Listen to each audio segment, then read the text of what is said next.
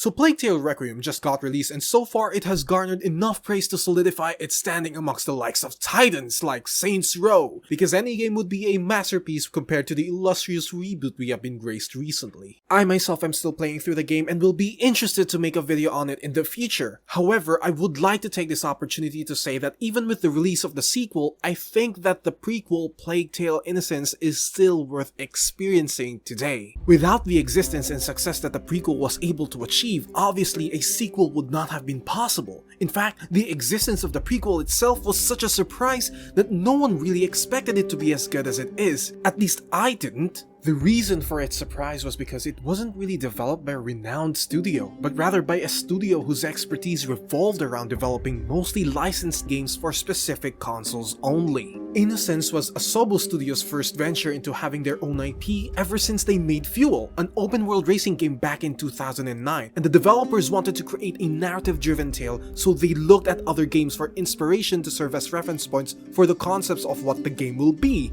Little did they know they would be creating what would eventually be a somber, tragic, and heart-wrenching tale that I consider to be one of the most emotional journeys a video game story can offer. So what was in Plague Tale Innocence that should warrant you to still play it today?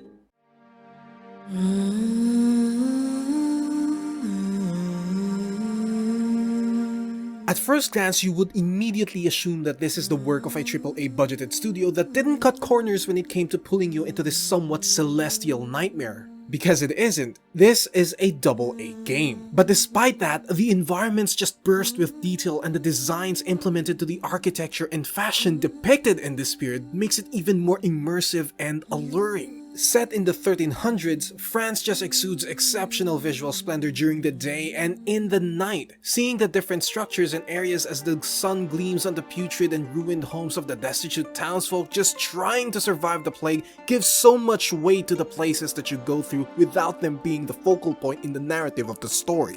The backdrops were exhibited in a way that would reflect the cultures, traditions, and customs that were practiced back in the day. Now, I don't know a lot about the history of France, and so I cannot attest to the historical accuracy of what was depicted in the game, but with what was presented, it helped fully realize the setting that our characters are living in and helped it make it appear as a lived-in world. Now, speaking of the characters, I don't think any of them fell flat in my opinion, except for the main villain whose prime motivation for doing villainous things is because he's just bad. In fact, he's so bad that his character is also just so badly written. He's so cookie cutter, even the gingerbread man would denounce his pathetic bum. He's like the glorified checklist of all things perceived that a villain should exhibit. He has a creepy voice. What I endure for you. Check. He has a disfigured face. Check. He sits all day while his cronies do all his dirty work for him. Check. He wants to rule the world. Book, I can save the world. Check. Really, can you be any more subtle on who you were modeling your big baddie after?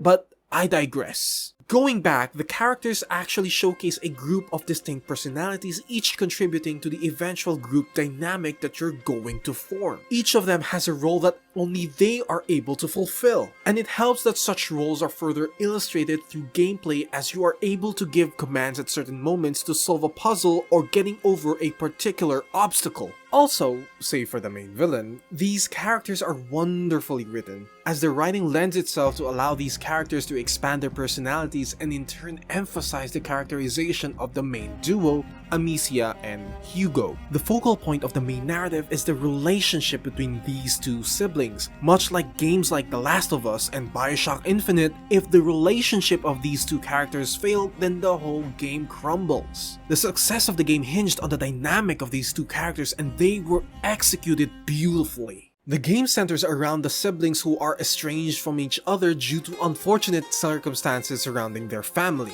When tragedy struck their humble abode, their peaceful lives quickly turned to a desperate attempt to fight for their survival, all the while trying to navigate their way during the war-torn conflict between England and France amidst the onslaught of the Black Plague. Every encounter feels like a trial that challenges their mental and physical mettle as they struggle to persist the hellish happenings before them. And because such circumstances call for equally desperate measures, it becomes all the more tragic when they are forced to deal a hand that in turn sacrifices their innocence.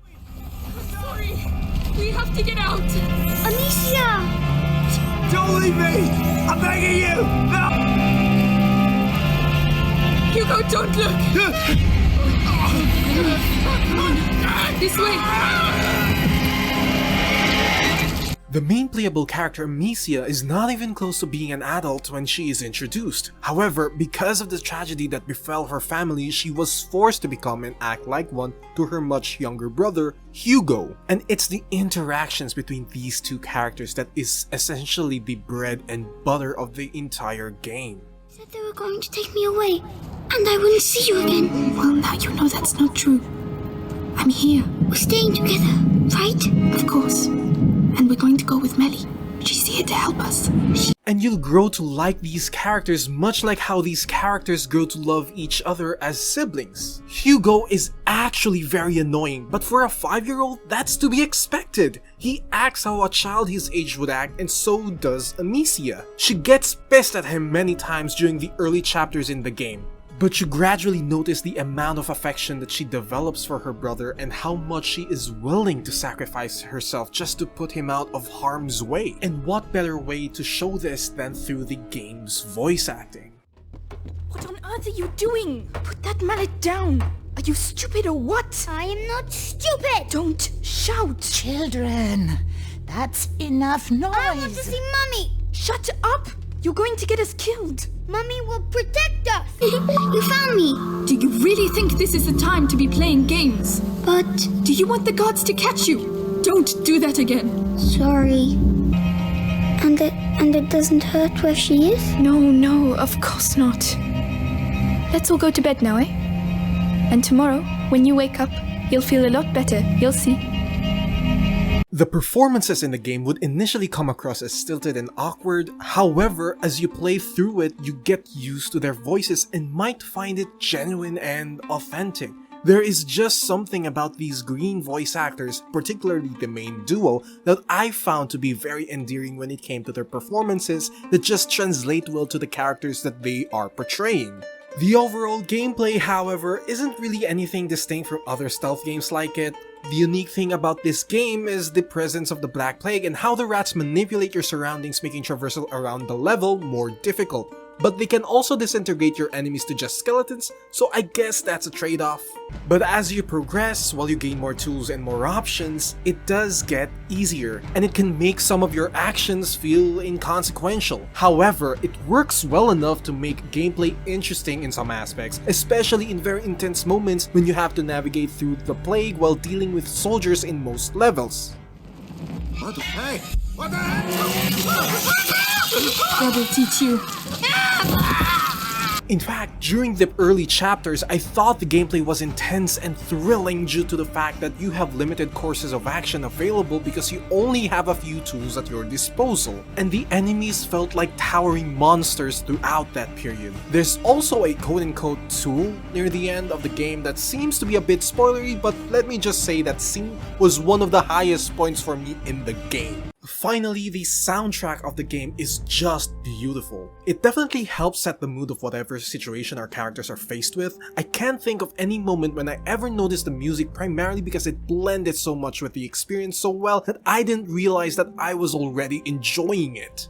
The sound design as well was wonderfully executed. You can just hear the eerie screeches of the rats swarming all over the plains down to instruments sounding off when someone sees you. It makes the experience all the more heart-pounding as you strive to get away from every encounter with as little noise as possible. Plague Tale: Innocence is not a masterpiece, and it's certainly not a perfect game, but what it sets out to do, it does magnificently well. It might not be backed with a production cost comparable to bigger studios in the industry, but Asobo Studios can definitely make projects that can rival them. Innocence is a fine example that new IPs can still thrive in a landscape full of sequels, remakes, and reboots. Even if the market is led by such trends in gaming, I will still await what Asobo Studios will cook up next, and hopefully it will elevate them to a status that would allow more people to discover their work.